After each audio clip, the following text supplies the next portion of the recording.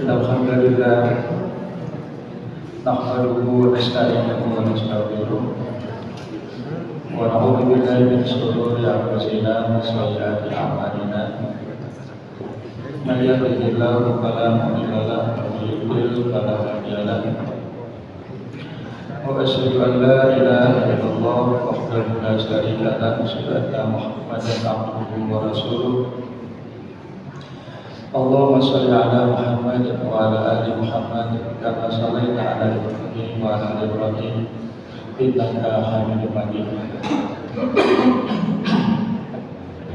وبارك على محمد وعلى آل محمد كما باركت على إبراهيم وعلى آل إبراهيم إنك حميد مجيد اللهم اشرح صدورنا وصدور أهلنا بخير الإيمان بك وبجميل التوكل عليك ربنا آتنا في الدنيا حسنة وفي الآخرة حسنة وقنا عذاب النار. Bapak Ibu yang dimuliakan Allah Subhanahu wa taala, bagaimana kabarnya? Alhamdulillah. Hari ini masuk hari ke-10 ya.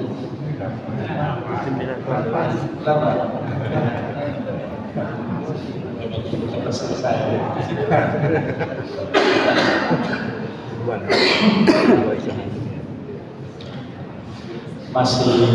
Masih betah di Ramadan kan ya? Pengen buru-buru apa pengen santai? Santai, seselesainya ya. Entah Ramadannya yang selesai atau kitanya yang selesai. Kalau kita yang selesai, mudah-mudahan husnul khatimah. Kalau Ramadannya selesai duluan, mudah-mudahan semua amal kita diterima Allah Subhanahu wa taala. Pokoknya dijawabkan aja ya. Insyaallah mudah-mudahan tercapai. Baik Bapak Ibu sekalian, pada kesempatan pagi yang berbahagia ini, tema kita adalah rahasia puasa. Rahasia puasa dari berbagai macam sudut pandang, tentu tidak lepas dari penjelasan para ulama. Baik, kita akan melihat referensinya dalam Al-Quran, surat Al-Baqarah ayat 183.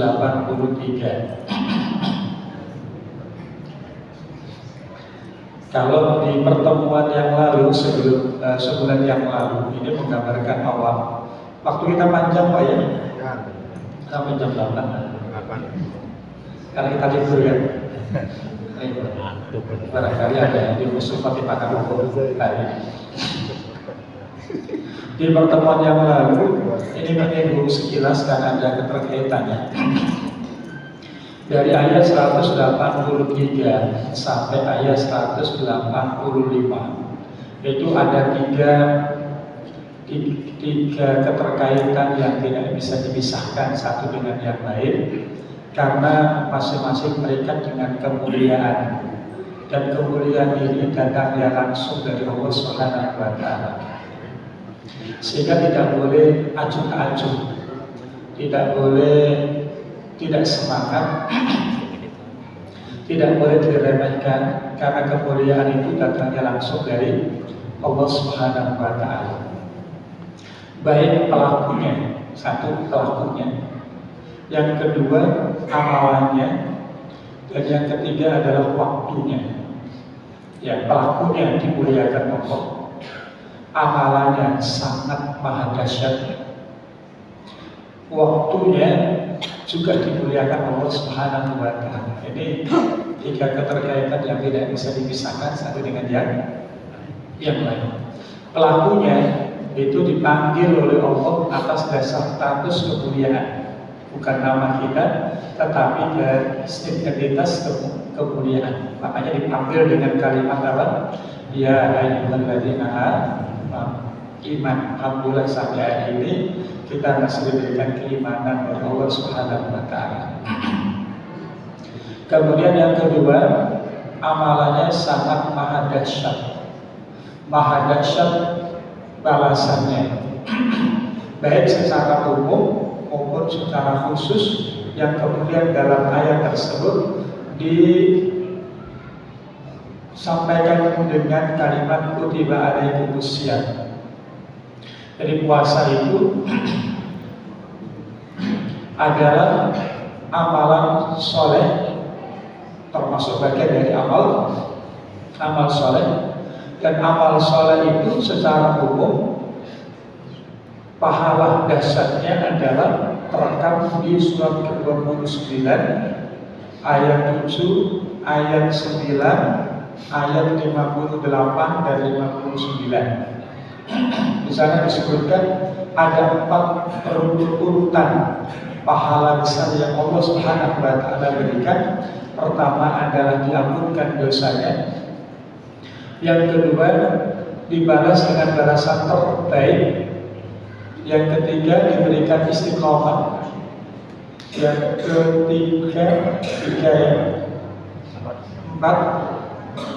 yang keempat akan diberikan bilik di surga. Tapi syarat ketentuan yang mengikat adalah di ayat yang 59-nya. Yang ini sangat jarang diperhatikan oleh seseorang, karena yang selalu dalam benaknya adalah dosa diampunkan, pahala dilipat gandakan, diberikan kesabaran, lalu masuk surga. Tetapi ada pemain yang tidak dihisab, yang jarang diperhatikan, bahkan mungkin terlupakan di ayat yang 59-nya, yaitu alladzina sabaru. Mesti dikerjakan dengan sabar. Kalau nggak sabar ya nggak akan sampai kan gitu ya. Wa ala rabbihim yatawakkalun. Jadi sabar itu adalah perjuangan kita, sementara hasilnya adalah hak Allah Subhanahu wa Ta'ala. Nah, di ayat yang ke-154 ini ada yang menarik soal puasa. Kita lihat ayyam ma'dudat, puasa itu disadarkan oleh Allah Subhanahu wa Ta'ala dengan bilangan tertentu saja dalam 1 bulan. Ya, kalau nggak 29, 30. Kalau nggak 30, udah betok. Tahun ini berapa hari? Berapa hari? Nah, belum lihat tidaknya kalau sabar.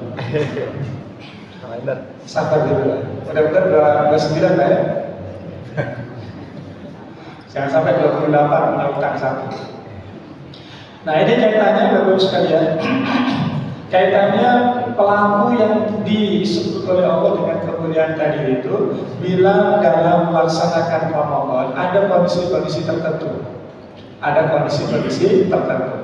Faman kana minkum maridun aw ala safarin. Nah, ini. Siapa saja di antara kita yang sedang sakit, ya, sedang sakit atau dalam perjalanan safar, fa'iddatun min ayyamin ukhra, maka hendaklah dia nggak puasa, hendaklah diganti di waktu lain, masuk waktu lain setelah Ramadan. Jadi jangan membayar utang Ramadan di Ramadan. Jangan dengan mensiasati begitu. Kemudian wa 'alal ladzina yutiqunahu fidyatun ta'amu miskin. Atau 'alal ladzina yutiqunahu, dan barang siapa yang mampu dan ternyata ada hal-hal tertentu yang menghalanginya, maka fidyatun ta'am miskin, dalam berikan fidyah kepada orang, memberikan fidyah berupa makan kepada orang miskin. Faman tatawwa'a khairan fahuwa khairul lah, wa an tasumu khairul lakum in kuntum ta'lamun. Nah, kita masuk kepada kalimat wa an tasumu. Kita tulis ya, boleh ya. Ini agak sedikit tinggi, mohon diperhatikan supaya tidak ada salah paham dan bisa paham.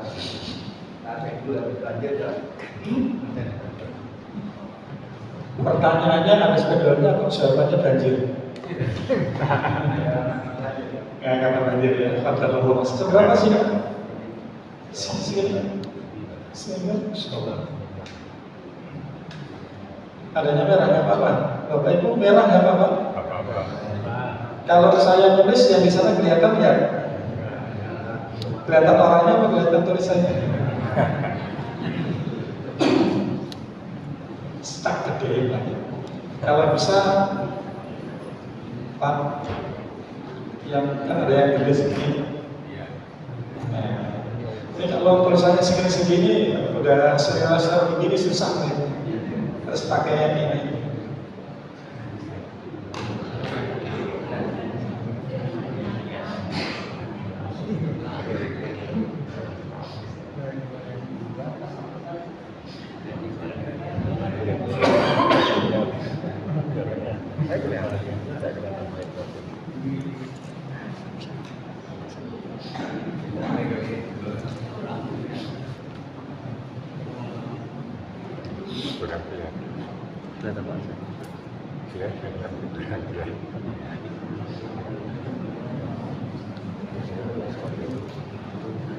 Kelihatan ya? Apa kurang kelihatan? Dan kita tidak akan masuk kepada ayat-ayat yang lain khusus di ayat ini, karena kita pembahasannya adalah rahasia puasa.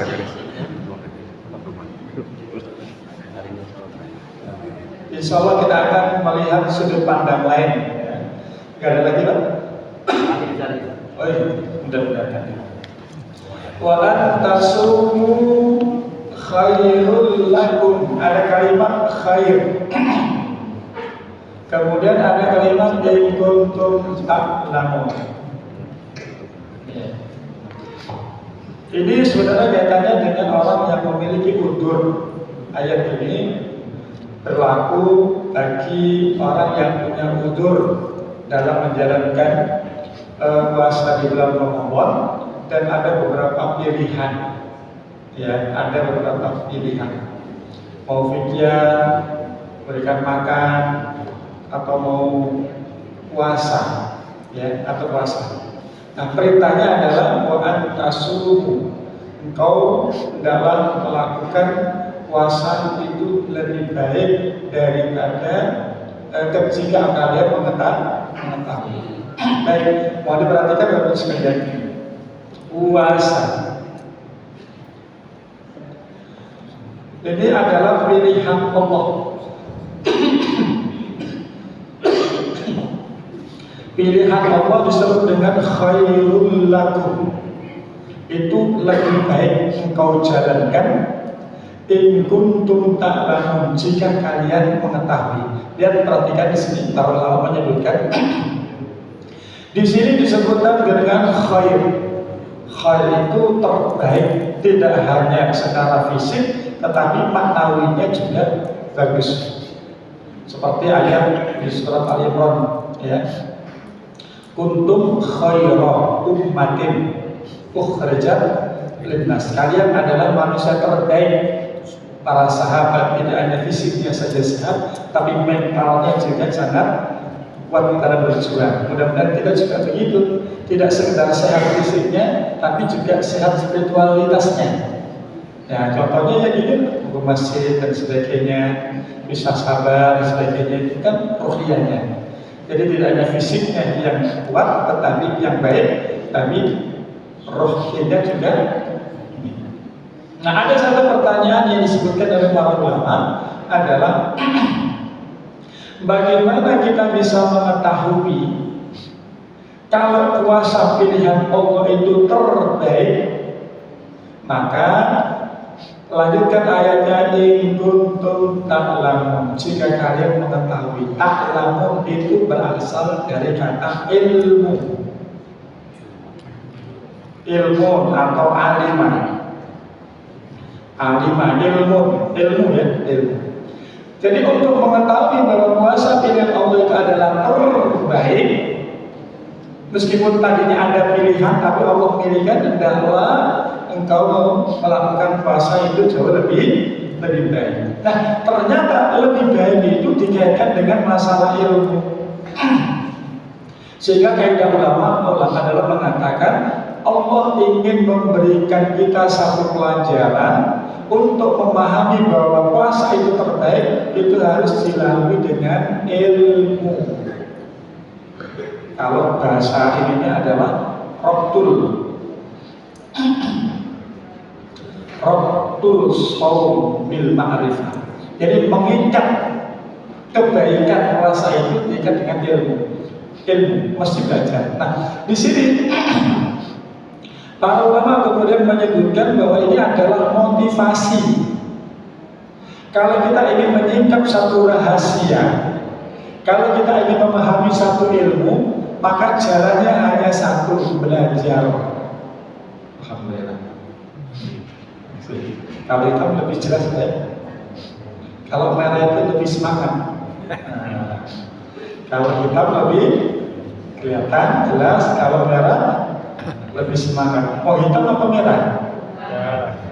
Merah hitam, hitam merah. Ya, kadang hitam, kadang merah. Ya. Jadi Allah mengikat untuk memahami kebaikan sesuatu syariat itu harus diisi dengan ilmu. Itu mesti jalannya dengan ilmu. Maka di sini malah menyebutkan kita diperintahkan oleh Allah Subhanahu wa taala untuk tafakkur, satu untuk tafakkur, berpikir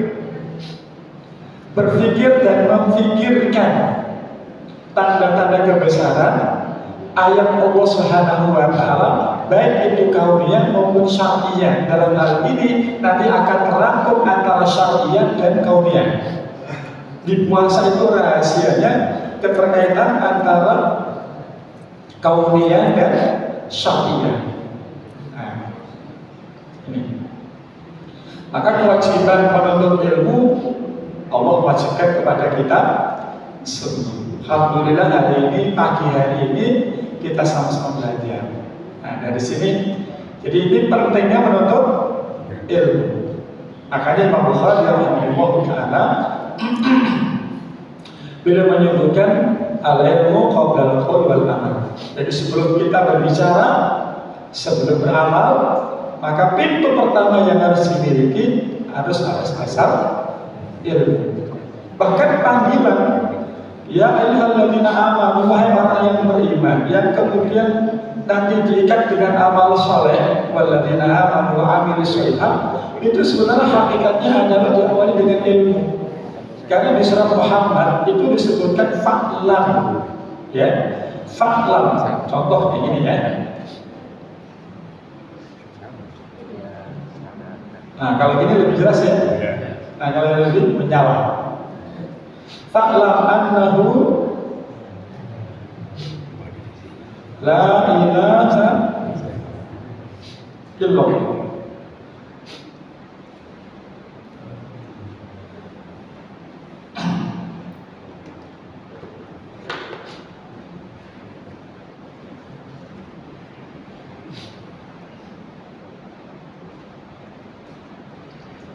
Ketahuilah, maksudnya ketahuilah itu berasal dari kata ilmu, sama dengan ini. Maka di sini dijadikan istimbat dalil oleh para ulama tentang wajibnya belajar. Jadi untuk memahami, mengetahui kalimat la ilaha illallah dengan baik itu mesti dilewati dengan belajar. Ketika dikaitkan dengan masalah ketauhidan, keimanan, berarti orang kalau ingin punya iman yang bagus, kuat seperti pendahulu kita, maka pertama yang harus dilakukan adalah mesti dilewati dengan belajar. Yang kedua, untuk mengetahui dan untuk mengetahui iman kita baik atau tidak, maka Allah Subhanahu wa taala memberikan satu proses yang namanya ujian. Makanya nanti di awal surat Al-Ankabut Allah Subhanahu wa taala berfirman, ahasiban nasu, ayat kedua. Ahasiban nasu ayyutraku ayyaqulu amanna wa hum la yuftanun. Apakah orang-orang yang mengucapkan kalimat la ilaha illallah, yang meyakini Rabb kami adalah Allah, cukup dibiarkan mengatakan saja tanpa ada ujian? Jadi untuk mengetahui kualitas keimanan itu harus adanya proses ujian. Pertama diilmui, yang kedua mesti dalam perjalanannya adalah ada ujian untuk mengetahui siapa yang jujur dan siapa yang tidak jujur, mana yang kuat dan mana yang tidak kuat. Kenapa seperti ini? Karena ketiga di surah Fussilat itu disebutkan innal ladzina qalu rabbunallah tsumma istaqamu tatanazzalu 'alaihimul malaikatu alla takhafu wa ini keindahannya. Allah lalu istiqamah tsumma istaqamu, maka di akhir hayat nanti akan Allah turunkan malaikat untuk menemani proses sakaratul maut yang sangat indah. Mau husnul khotimahnya saja atau mau proses dulu? Mau langsung masuk surga atau mau proses dulu? Proses dulu. Nah, begitu pula ketika kita ingin mengetahui rahasia puasa, maka harus belajar dulu mesti. Makanya ini faedah pertama, rahasia pertama yang kaitannya dengan puasa. Kalau kita ingin tahu baiknya puasa pilihan Allah Subhanahu wa Ta'ala, maka Anda mesti belajar dan harus dari awal. Maka kalau sebelum Ramadan biasanya ada tarhib. Itu yang betul tarhib, tarhib atau tarhib.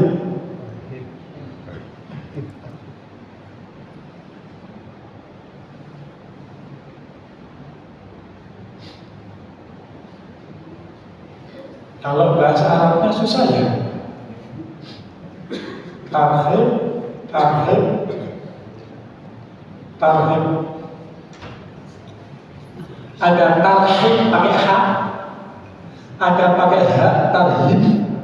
Atau ada pakai hib, tarhib. Yang betul yang mana? Ya. Yang biasa didengar tarhib, tarhib.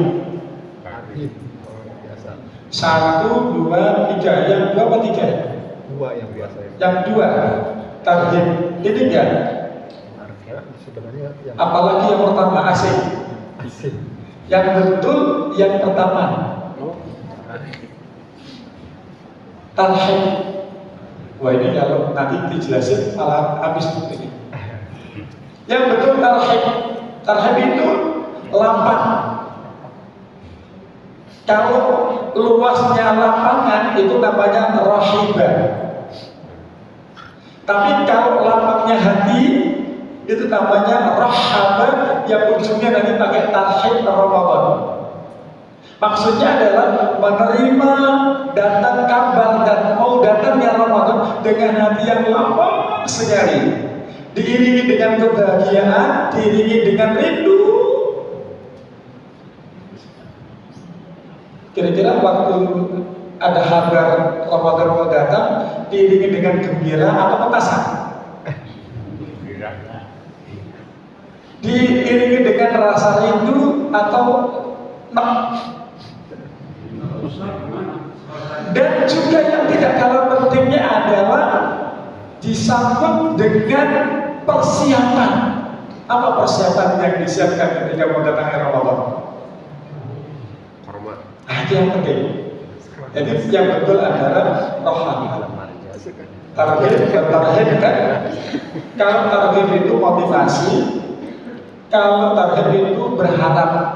Rohoban wa rohaba. Dalam doa itu mesti ada rohoban, ada rohaba. Berharap apa? Jadi yang betul ini. Jadi di awal Ramadan biasanya ada tarhib Ramadan. Atau pelajaran-pelajaran tentang Ramadan dari A sampai Z. Karena di sini ada ketentuan untuk ta'lam. Ada satu rahasia dorongan dari Allah Subhanahu wa Ta'ala supaya manusia itu punya penasaran. Dikatakan baik kalau kamu mengetahui. Seharusnya ini menjadi objek untuk diteliti. Ada sesuatu yang baik kalau kamu mengetahui, berarti kalau nggak belajar nggak akan tahu. Baiknya puasa itu dari apa saja, seperti apa baiknya itu. Ini yang pertama yang membuat para ulama menjadi penasaran. Dalam bahasa Arab itu begitu. ada motivasi terselubung untuk membuat orang itu penasaran. Tidak dikasih tahu, kalau dikasih tahu langsung orang nggak penasaran. Tapi kalau nggak dikasih tahu, harga promo, diskon besar-besaran, itu penasaran nggak ibu-ibu? Ibu-ibu kalau bapak nggak efek. Ya, diskon, bahkan selisihnya cuma Rp5, itu dikejar-kejar ya. Ngantri, harusnya ngantri malam kodal, ini ngantri diskon promo. Itu oset, itu kan lagi ramai kan, kalau promo itu banyak gitu kan. Ya di dekat rumah ada saya, ada di situ, kalau itu ngantri, berani ngantri. Tapi kalau yang kayak gini nggak mana. Dan ini yang pertama. Ini, jadi ada apa? Sentilan dorongan yang agar supaya kita berpikir dan mencari makna-makna syariat Allah Subhanahu wa Ta'ala. Jadi ini motivasi. Jadi pertama adalah motivasi apa sih yang dimaksud dengan khair pada puasa. Bapak Ibu sekalian yang dimuliakan Allah Subhanahu wa Ta'ala. Ini pertama, kemudian yang kedua, apa sih yang dimaksud dengan khair pada puasa itu? Pada kasus ini,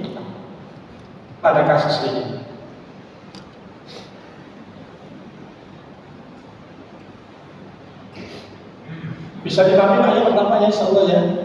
Untuk bagian yang pertama ini adalah pancingan kita dari Allah Subhanahu wa Ta'ala. Kalau kita ingin tahu baiknya puasa itu seperti apa, maka hendaklah belajar terlebih dahulu. Berarti belajar itu wajib apa enggak wajib? Wajib. Bagaimana kita bisa menyikapi rahasianya kalau kita enggak mengetahui? Baik, ini poin pertama. Ini bab pertama. Bab pertama. Ada bab yang kedua. Nah, kita pakai ayat lihat. Bab yang kedua kaitannya dengan khair. Khair pada puasa, pilihan Allah Subhanahu wa Ta'ala. Kaidah yang pertama dari bab yang kedua adalah ada motivasi serta pilihan. Allah Subhanahu wa Ta'ala dalam kasus ini memberikan satu motivasi untuk melakukan dua amalan. Pertama adalah fidyah. Ya, fidyah tadi bagi orang yang memang tidak mampu dan seterusnya dengan katanya dengan ilmu fikihnya. Yang kedua adalah dengan shaum. Silakan motivasinya adalah silakan mau fidyah atau mau shaum. Gampangannya gitulah ya. Tapi kemudian Allah memberikan arahan yang lembut, bukan perintah, tapi arahan. Karena kalimat yang digunakan adalah antasumu, bukan sumu. Ya, antasumu bukan sumu. Kalau sumu itu berarti perintah. Kalau perintah ya gak usah kasih pilihan, ya udah jalankan saja perintahnya. Ya ayyuhalladzina amanu ittaqullaha, itu takwa itu yang bisa dikerjakan, gak ada pilihan yang lain. Sebenarnya ya. Jadi redaksinya itu apa? Pilihan, bukan perintah. Motivasinya adalah silakan memilih, tapi Allah ingin mengarahkan yang terbaik dalam pandangan Allah dengan kalimat wa antasumu. Sebenarnya kalau mau pilih puasa itu lebih baik sebenarnya daripada harus fidyah. Artinya pilihan Allah. Allah memberikan terbaik menurutnya sehingga kita itu mau melaksanakan atau tidak. Nah, seseorang ketika mau melaksanakan atau tidak itu tergantung iman. Sejauh mana kekuatan kemampuan iman, maka sejauh itu pula akan mudah baginya untuk menjalankan perintah Allah Subhanahu wa Ta'ala. Mudah-mudahan kan itu. Nah, kan kita bicara rahasia. Ya, rahasia. Kita ulang lagi. Jadi Bapak Ibu sekalian, karena Allah memberikan dua pilihan, lalu Allah memberikan pilihan. Sebenarnya dari dua pilihan ini yang terbaik bagi kalian adalah puasa. Berarti puasa itu yang dipilih oleh Allah Subhanahu wa Ta'ala. Ini ada sledol, ini ada menghapus. Kan pilihan ya.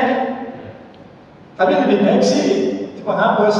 Berarti memang saya menghendaki yang terbaik bagi Anda, bagi kamu yang saya tuju itu adalah menghapus. Kenapa? Karena Allah Maha tahu kebutuhan manusia.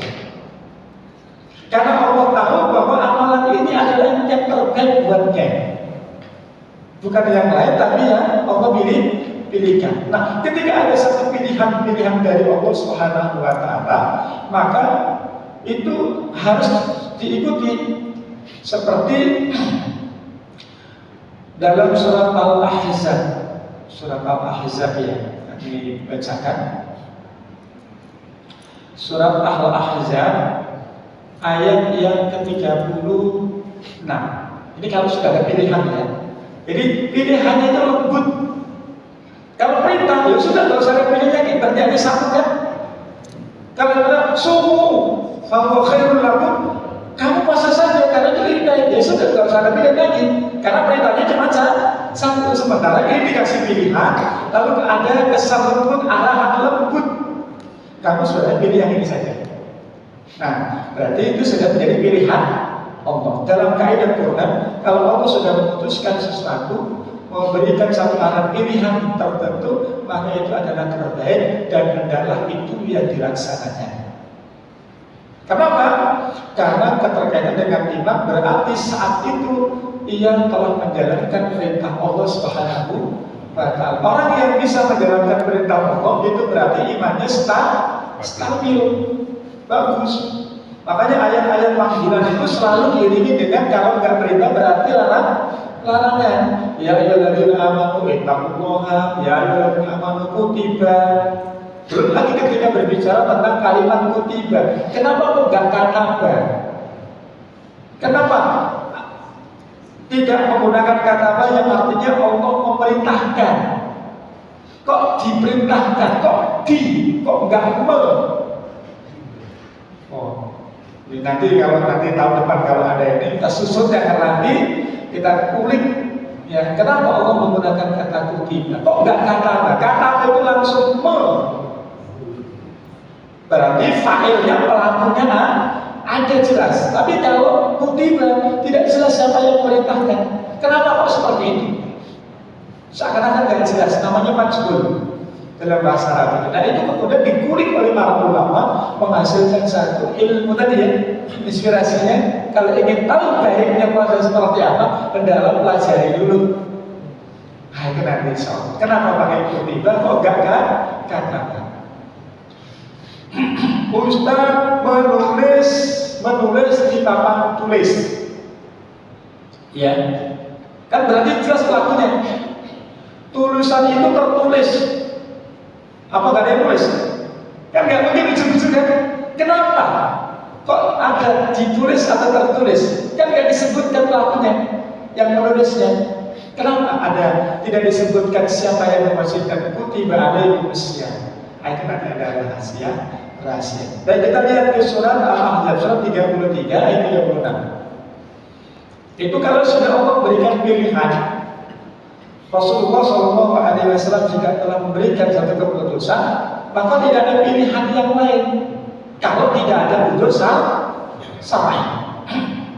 Jadi, wa ma kana lil mu'minin wa la mu'minatin idza qadallahu wa rasuluhu amran ay yakuna lahumul khiyaratu min amrihim wa may ya'sillaha wa rasulahu faqad dhalla dhalalan mubina. Wa ma kana lil mu'minin wa la mu'minatin, tidak sepantasnya seorang mukmin laki-laki dan perempuan. Laki-laki di sini asbab peristiwa ini usulnya adalah Abdullah bin Jahsh. Wala mu'minatin, dan tidak seyogyanya mukmin perempuan Ini yang dimaksud adalah Zainab bintu Jahsy, kakak adik. Ada Abdullah bin Jahas dan ada Zainab bin Jahas. Ini ditujukan kepada mereka kasusnya. Tapi secara hukum untuk kita semua. Idza qadallahu wa rasuluhu amran.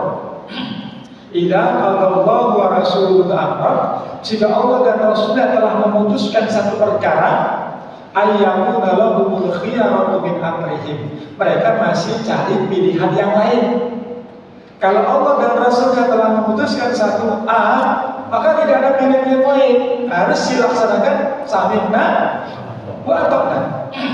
Wa may ya'sillaha wa rasulahu, barang siapa yang berbuat maksiat kepada Allah dan Rasulnya, faqad dhalla dhalalan mubina. Sungguh dia telah tersesat dengan sesat yang nyata. Nah, gimana kasusnya? Kasusnya adalah Nabi datang ke keluarga Zainab ini untuk melamar. Desas-desusnya mau datang untuk melamar, ya, untuk melamar. Padahal kedatangan Nabi itu untuk melamar Zainab untuk anak angkatnya Zaid bin Harisah.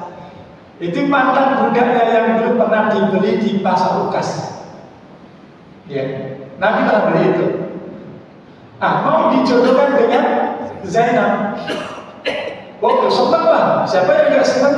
Orang baik, orang soleh, Nabi Allah, Rasul Allah datang ingin lamar, kira-kira ditolak nggak? Enggak. Nggak ditolak, Pak? Ingin lagi. Ya. Bu, saya tanya ibu, Bu, jujur ya, jawab ya. Jangan bapak-bapak, kalau bapak-bapak sudah gak pakai perasaan. Satu, dokter datang melamar anak ibu. Satu. Datang yang kedua, tukang beca hafal Quran. Mau pilih yang mana? Dokter hebat.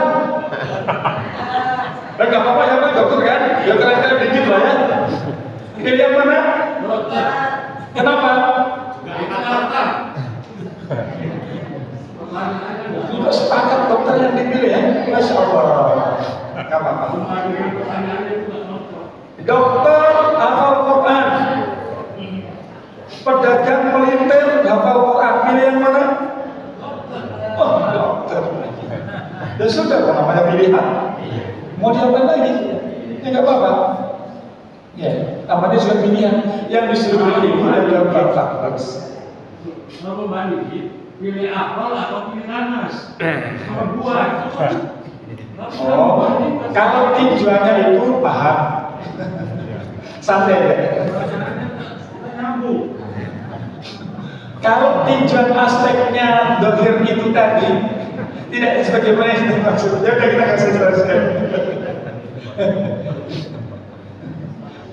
Ya, kalau aspek tinjuannya ini ya, nggak apa-apa, santai aja, santai. Sampai dari mana? Jadi begitu datang ini Zainab, kemudian siapa tadi? Nabi mau datangnya. Nah, begitu tahu sampai rumah, ternyata Nabi melamarnya bukan untuk dirinya. Lalu angkat dia angkat bicara, ya Rasulullah, bukankah aku termasuk keturunan dari jalur bapakmu?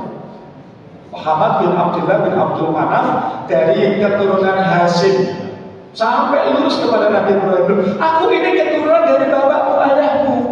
Maksudnya apa? Dia mengunggulkan bahwa dia termasuk keturunan yang mulia, nggak pantas dong masa dijodohkan dengan mantan budak. Itu fitrah Pak. Orang kalau punya ini tuh ngangkat diri. Ya, saya tuh mulia, masa mau dinikahkan sama orang kayak gitu? Saya ini ahli Quran, masa mau kayak gitu kadang-kadang sesuatu yang lebih Allah berikan itu dijadikan sebagai alasan tidak mau melaksanakan. Padahal belum tentu itu lebih baik lagi. Pilihan dia belum tentu lebih baik. Ternyata kemudian turun ayat ini. Nah, ketidaksetujuan Zainab ini disetujui oleh kakaknya, saudaranya namanya Abdullah. Lantas kemudian turunlah ayat ini. Tidak sepantasnya mukmin laki-laki Abdullah dukung saudarinya, nggak mau menerima putusan Allah dan Rasulnya. Tapi akhirnya apa? Menikah juga. Tapi nggak lama kemudian pisah. Dari ini peristiwa ini Bapak Ibu banyak sekali banyak sekali faedah sebenarnya. Ya, kalau Allah secara dohir, kalau Bapak maaf, secara dohir kadang-kadang pilihan Allah itu nggak sesuai dengan hati kita. Kadang-kadang nggak sesuai. Makanya kaidah dalam Quran disebutkan apa yang kita pandang tidak baik kalau kita belum tentu tidak baik menurut Allah Subhanahu wa Ta'ala. Kenapa kadang-kadang kok ada bentrok? Ya, introspeksi saja. Kenapa? Kok bisa bentrok dengan hati kita? Padahal manusia itu diciptakan oleh Allah Subhanahu wa Ta'ala dengan fitrah, tunduk patuh, mesti patuh. Dan kepatuhan seseorang setelah terjadi pembangkangan itu ketika melewati peristiwa. Oh ternyata begini toh, ternyata begitu, nyesel saya nggak mau. Karena pilihannya adalah hanya yang kelihatan saja, keuntungan duniawiyah. Makanya disebut oleh Allah Subhanahu wa Ta'ala di surat Al-Hajj ayat yang ke-22, wa minan nasi may ya'budullaha ala harfin fa in asabahu khairun itma'anna bihi wa in asabahu fitnatun inqalaba ala wajhi. Pilihan-pilihan ibadah dalam hal ibadah itu hanya sesuai dengan kepentingan diri sendiri. Kalau itu baik, kalau itu cocok, kenapa saya harus gengsi? Gengsi dong. Masa saya lebih baik kok harus tunduk kepada Al-Fadil? Itu contohnya seperti iblis. Nah kalau gambarannya gini, ini karena ada pilihan kan? Oh ini agak ini lumayan nih, sampai jam 8 betul ini. 10 apa? 10 ya, 11 ya. Sampai sore, sampai buka. Santai saja, karena puasa harus interaktif biar nggak ngantuk.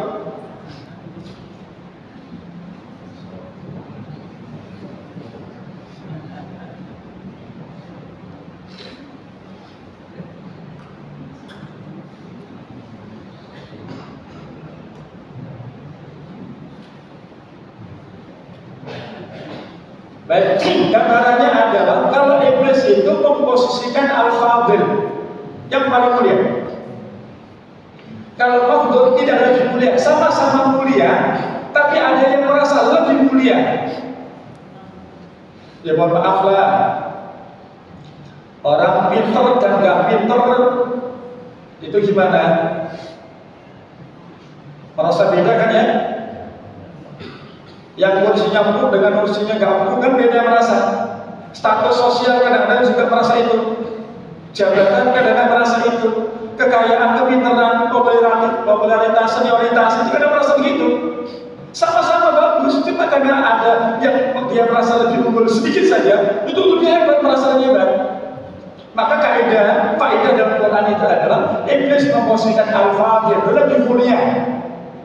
Dalam pandangan Allah, iblis ciptaan Allah, Adam juga ciptaan sama. Tapi iblis memposisikan Fadil. Fadil itu merasa lebih mulia. Kalau Allah tidak lebih mulia, nah iblis itu merasa lebih mulia. Makanya ketika Allah tanya, apa yang menghalangimu? Kenapa engkau tidak mau sujud kepada Adam ketika saya perintahkan? Dia mengatakan, saya lebih baik loh. Saya lebih baik daripada dia. Ana khairum minhu. Saya lebih baik daripada dia. Khalaqtani min nar. Saya engkau ciptakan dari api, engkau ciptakan Adam dari tanah. Api lebih baik. Jadi merasa lebih unggul. Nah, sesuatu yang merasa itu terkadang menghalangi seseorang untuk menjalankan perintah. Tapi kalau Nabi Adam, ujiannya adalah ketika dilarang justru malah dikerjakan. Kenapa? Karena banyak faktor yang mendorongnya. Di antara faktor yang paling utama adalah satu, karena ada godaan iblis. Yang kedua, ada dorongan pasangan. Nabi Adam itu disebutkan dalam tafsir Al-Baghawi sebenarnya nggak mau. Yang duluan makan itu Hawa.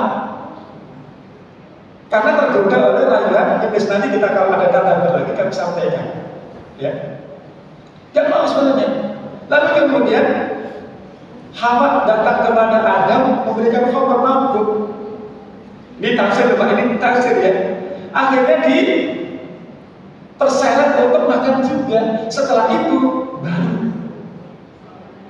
terjadilah pelanggaran sehingga Allah keluarkan dari surga ke bumi. Yang unik tadi di ayat yang ke-35, ke-37-nya itu yang unik di sini. Fatalaqa Adamu min Rabbih kalimatin. Nah, ada kalimat di sini. Kalimatin. Ada kalimat yang Allah turunkan. Itu kata Imam Baghawi ada 3. Pertama adalah doa. Kedua adalah al-buka. Yang ketiga adalah al-hayat. Nah, ini harus kita pahami, Bapak Ibu sekalian. Yang pertama, ketika Nabi Adam turun ke bumi, Allah turunkan, Allah sertakan dengan doa. Doa apa? Doa yang isinya pengakuan bahwa ia telah melakukan kesalahan terhadap dirinya sendiri. Rabbana zalamna anfusana. Jadi ketergelinciran itu disebabkan karena diri sendiri. Padahal di ayat sebelumnya 36-nya itu fa'azallahu masyaitan. Allah jelaskan sebenarnya menggelincirkan diri itu siapa? Iblis. Tapi ketika berdoa ngaku kalau kesalahan itu dilakukan oleh diri sendiri. Kenapa Nabi Adam tidak mendasarkan bahwa kesalahan itu karena iblis? Karena sebelum ayat-ayat itu dijelaskan Allah telah memberitahu kamu jangan taati iblis. Iblis itu musuhmu yang nyata. Yang kedua, aku larangan Allah untuk mendekati pohon yang dilarang. Terus Allah jelaskan juga bahwa iblis adalah musuh yang nyata. Baik, ini doa. Artinya tidak ada manusia yang tidak punya dosa, tidak ada manusia yang tidak punya salah. Tapi yang indah dalam syarat ini adalah satu kalimat, jangan putus asa terhadap rahmat Allah. Maka jangan tutup pintu Allah untuk diri dan orang lain. Sejahat-jahatnya kita, seburuk-buruknya kita, seluber-lubernya dosa yang kita lakukan, jangan tutup diri dan jangan tutup pintu orang lain untuk kembali kepada Allah Subhanahu wa taala. Qul ya ibadiyalladzina asrafu ala anfusihim la taqnatu min rahmatillah. Wahai orang-orang yang dosanya meluber. Seperti mana sekalian? Bukan mobil itu. Banyak kemana-mana. Kayaknya tahun ini betul-betul tahun ayam bermusim. Hari kesedihan. Hampir Bekasi ditepung oleh banjir. Insyaallah ada hikmah yang dibalikkan. Namun jangan putus asa terhadap rahmatku. Innallaha yaghfiru dzunuba jami'a. Karena sesungguhnya Allah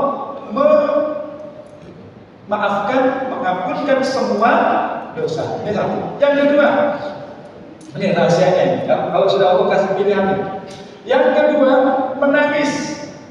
Ibnu Abbas menyebutkan Adam itu dan Hawa menangis ketika Allah turunkan ini ala ma fatahuma min na'imil jannah. Ini penting sekali Bapak sekalian. Adam dan Hawa itu menangis selama 200 tahun. Kenapa menangis? Karena telah menyia-nyiakan nikmat Allah, nikmat surga jadi nikmat dunia. Itu menangis betul-betul. Nyesel kenapa saya begini. Penting diperhatikan apa? Jangan sampai setiap nikmat yang sudah Allah hadirkan kita biarkan begitu saja, maka kita harus menangis. Berapa banyak usia yang kita sia-siakan? Mohon maaf, hingga saat ini mungkin ada yang belum bisa baca Al-Quran.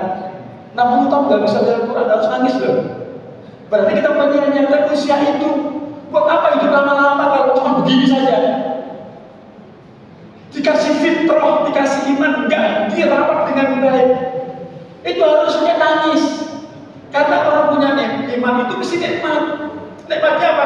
Di dunia diberikan kebaikan oleh Allah, di alam kubur diselamatkan Allah, di akhirat masya Allah lebih lagi. Kalau nggak punya iman, nah itu bilang iya kan? Ini nangis.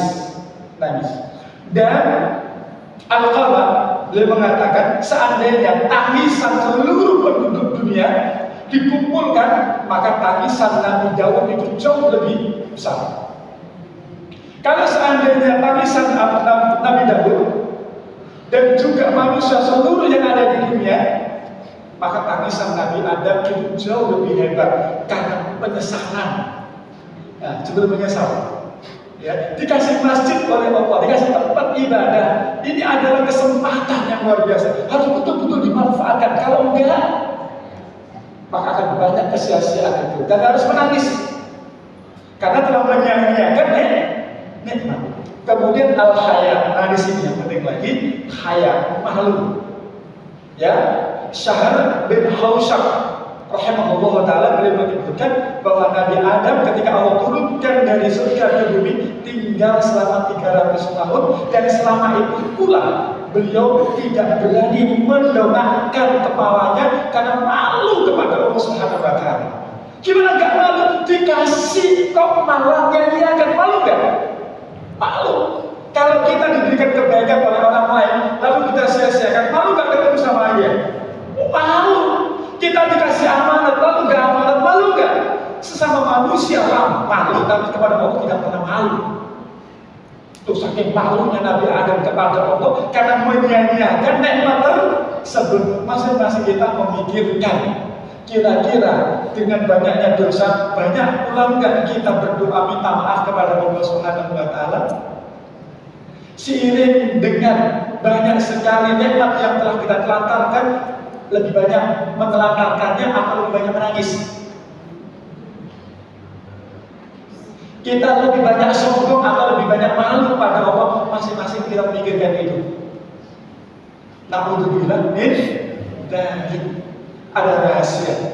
Ini puasa pas di sini. Sama puasa juga begitu. Dikasih puasa, gak dimanfaatkan. Dikasih sehat supaya bisa beramal, nggak bisa, nggak diamalkan.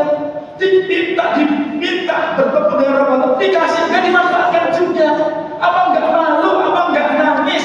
Apa nggak banyak doa? Makanya syariat yang paling utama, ayat yang ke-38-nya, puasa itu banyak diiringi dengan doa. Doa apa? Terserah, tapi jangan lupa doa orang tua. Jangan lupa doa kita diampunkan dosa. Loh, harus banyak doa. Makanya Nabi mengatakan salah satu doa dakwatuhum. Ada 3 orang tipe manusia yang doanya tidak ditolak. Allah sudah tolak. Apa itu? As-shaimu hatta yufṭira. Orang yang berpuasa dari pagi sampai berbuka. Jadi selama itu banyak doa. Jadi ditolak oleh Allah Subhanahu wa taala. Ini malah ngabuburit. Saya apa enggak boleh ya besar saya. Tapi ada waktu yang tidak, yang seharusnya dimanfaatkan oleh banyak berdoa. Baik, ini rahasia Bapak ada mukminin wala mukminatin. Jadi bahwa ini saya ini keturunan dari bapakku mau dapat begini. Nah, setelah turun ayat ini, karena ada kaidah sami'na wa ata'na, akhirnya udah pasrah. Maka Nabi beliau di surat An-Nisa itu, "Fala wa rabbika la yu'minuna hatta yuhaqqimuka fima syajara bainahum, tsumma la yajidu fi anfusihim harajan mimma qadaita wa yusallimu taslima." Tidak sempurna iman demi Allah, demi Rabbmu, engkau tidak akan sempurna imannya sampai engkau menyerahkan urusan perkaramu kepada Allah dan Rasulnya. Sampai hatimu itu tidak ada gundul. Jadi kalau Allah sudah memutuskan A, B, C, tidak ada gundul lagi. Serahkan saja kepada Allah sebagai bentuk ketundukan, karena memang kita diciptakan oleh Allah dalam keadaan hanif lurus fitrah. Bukankah di surat ke-7 ayat 172 itu ketika sudah diminta oleh Allah, alastu bi rabbikum, bukankah aku adalah Rabb kalian? Qalu la, ya betul. Engkau ada Rabb kalian ya Allah. Kepasahannya itu aslinya itu kemudian fajtala saya begitu lahir banyak faktor-faktor yang mempengaruhinya. Entah orang tuanya, entah lingkungan, entah sekolah dan sebagainya. Kemudian yang tidak kalah penting dan godaan itu adalah karena setan. Alhamdulillah min. Jadi targhibun imaniyun wa tahfizun ala istihad. Jadi ini adalah motivasi dorongan atas dasar iman ya untuk senantiasa bersungguh-sungguh. Jadi amal begini Bapak sekalian. Kalau setelah kalimat iman kemudian ada perintah, maka sebenarnya perintah itu harus dijalankan dasarnya adalah iman. Tidak boleh yang lain, harus dasar iman. Kemudian yang kedua adalah karena perintah ini kaitannya dengan imannya, maka harus betul-betul dilakukan dengan sungguh-sungguh. Seperti puasa, awalnya dimakan dengan amal. Maka kerjakanlah puasa itu atas dasarnya iman dan pengerjaannya masih sungguh-sungguh. Nah, kesungguhan itu hanya bisa didapatkan lewat ilmunya, supaya kita mendapatkan kebaikan dari puasa perintah Allah tersebut. Untuk banyak sekali faedah-faedah rahasia banyak sekali. Jadi nggak boleh atas supaya sehat, nggak boleh. Itu efek, itu faedah, itu hikmah. Jangan melakukan perintah Allah berdasarkan hikmah. Murni perintahkan Allah selebihnya adalah hikmah. Karena nanti kalau sekedar hikmah saja setiap orang masih berbeda. Kalau saya tambahin, ujian begitu nggak ada hikmahnya apa-apa. Karena setiap orang punya kemampuan berbeda. Setiap orang pemahamannya bertingkat, tidak semua sama. Bisa dibantu dulu ya, insyaallah ya. Insyaallah. Nah itu.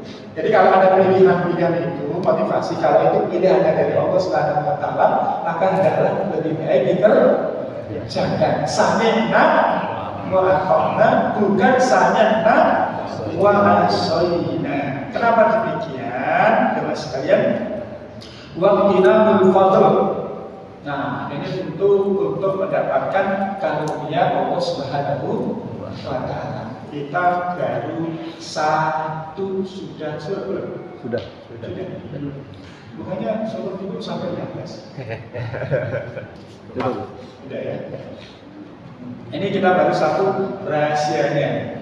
Harusnya intinya apa rahasianya adalah pilihan Allah adalah terbaik. Di Zainab langsung nikah tadi ya sama Nabi ya akhirnya. Nah ini untuk memberikan penjelasan secara fikihnya bahwa seorang ayah angkat boleh menikahi mantan istri anak angkat. Boleh, karena anak angkat habis diangkat penting. Dia bukan anak biologis,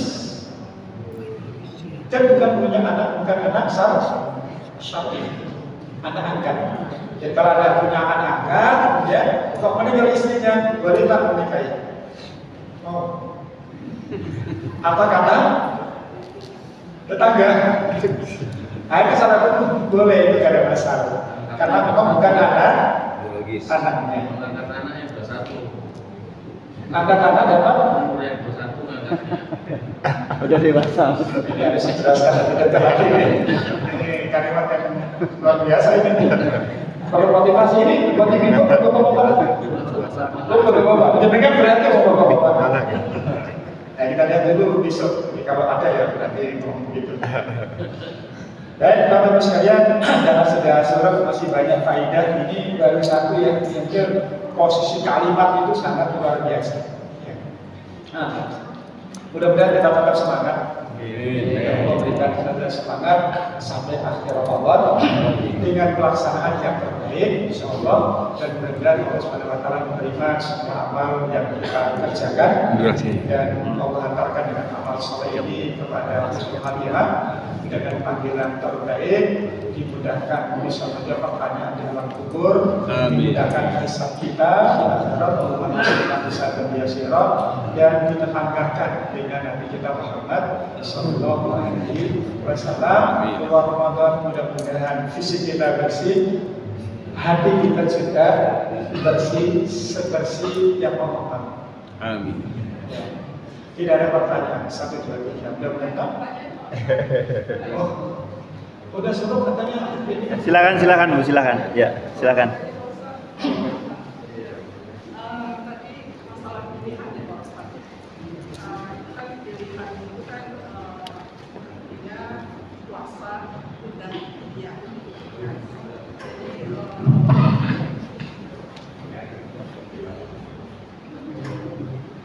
Saya agak sedikit ragu ya Pak Ustadz masalah pilihan yang Bapak sampaikan tadi, yaitu pilihan dengan hadiah.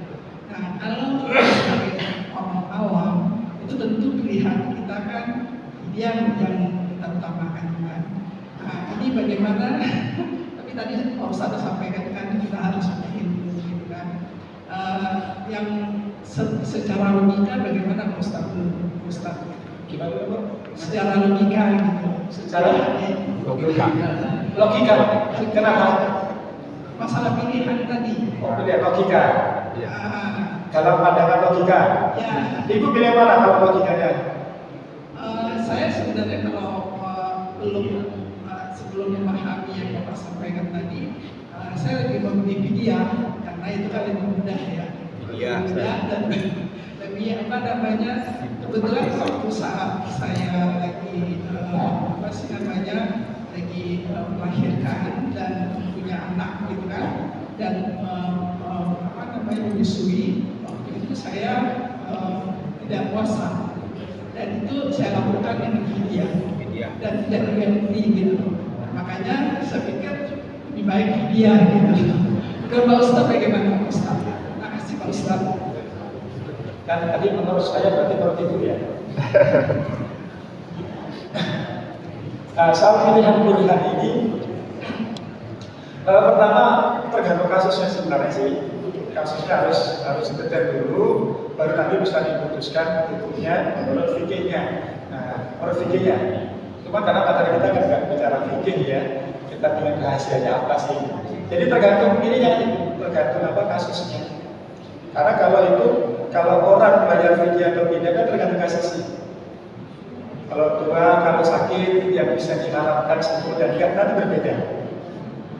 Ya, kalau yang nanti orang hamil ada rasa takut terhadap bayinya atau dirinya itu nanti seperti apa? Kan ada kasus per kasus ya.